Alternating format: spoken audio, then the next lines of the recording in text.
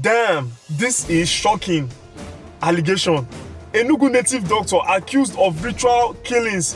What is the whole truth?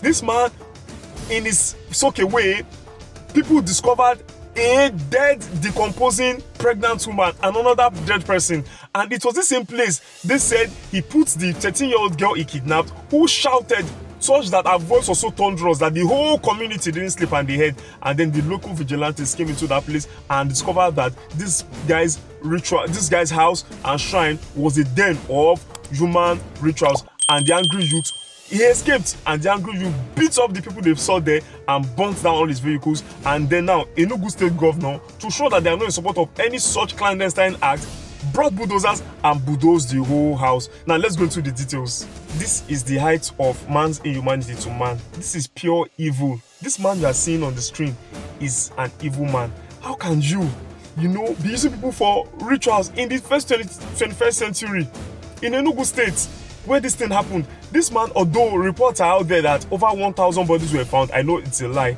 but at least a pregnant woman, decomposing pregnant woman, was found in the soak away.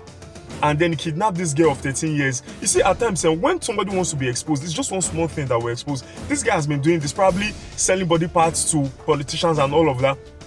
But when he will be caught, a voice of a 13-year-old girl, he kidnapped the girl, took the girl probably inside the same soak away. He had that woman and another dead body, and then the girl started to scream. The girl started to scream until the local vigilantes said, they said that it was so loud that they felt that there was a megaphone in her mouth. And then in the end, they entered into the house. What did they see?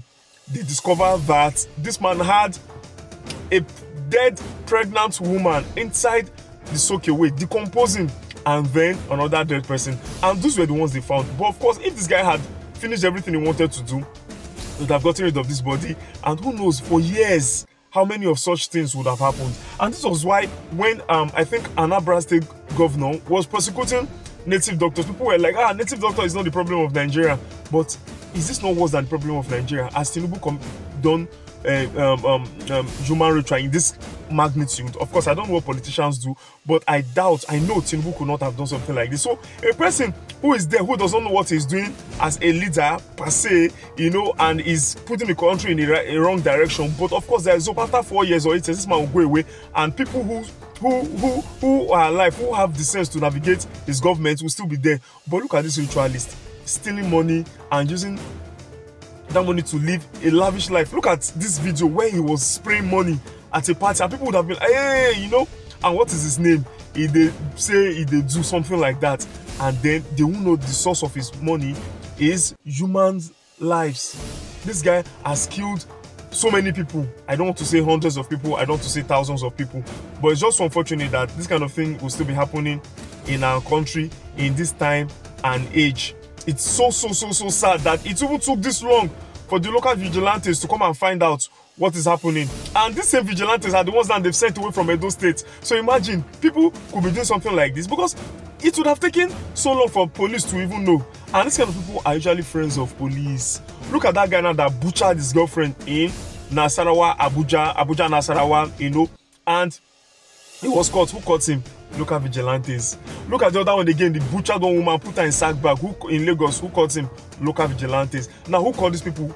Local vigilantes. So, one particular title news I saw there was, they said Enugu ritualist native doctor with thousands human buried in his house in Nigeria. So I don't believe that. I know it's not that bad, but because if this guy claims like 100 humans buried, and then this is highly sensational and can demand serious scrutiny. But let's face the basic ones that would not be over sensationalized, and that's why you see people are tired of blogs, because they just carry out news that are potentially dangerous and can cause about public disorderliness. So clickbait, that was clearly a clickbait, and such use of exaggerated numbers is alarming.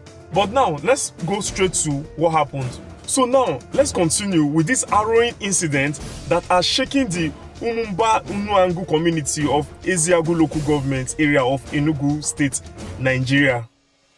On the 27th of May 2025, local vigilantes and community members uncovered a disturbing scene at the residence of a native doctor known as Levi Onyenka Obu, also referred to as Ezeani. It is that Ezeani that you see flooded on the internet, or at times they call him E-Dey-Play-E-Dey-Show.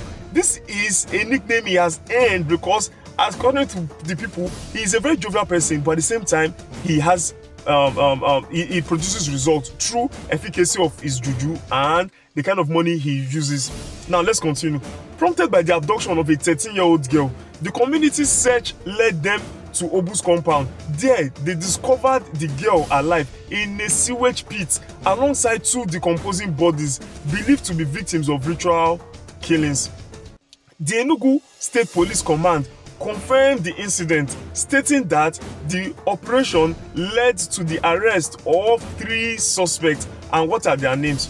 Obu, however, remains at large. The police are actively pursuing leads to apprehend this evil man that has done this kind of great evil in the state of Enugu. But the question is, why is it that this thing is so prevalent in the south? That is, in the southwest, in Ibadan now, we see all these things a lot, and in the southeast, the eastern part of Nigeria, but you don't see this kind of things happening so much in the north.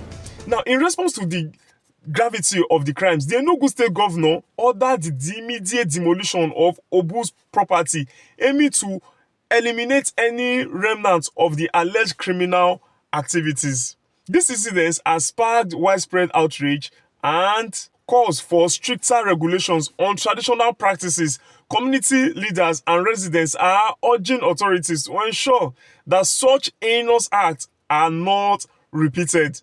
And we should put so much energy into this. So, it's so painful. As I am personally, I stand with Indiagu community during this challenging time, and I advocate for justice, transparency, and the protection of all citizens from such atrocities. So, that's the update, and we'll get more as time goes on. So please let me know what your thoughts are in the comment section. Please remember to like, share, subscribe, and comment. I remain your boy Ernest Omosukwe Adeboyo Okoje, signing out. Peace.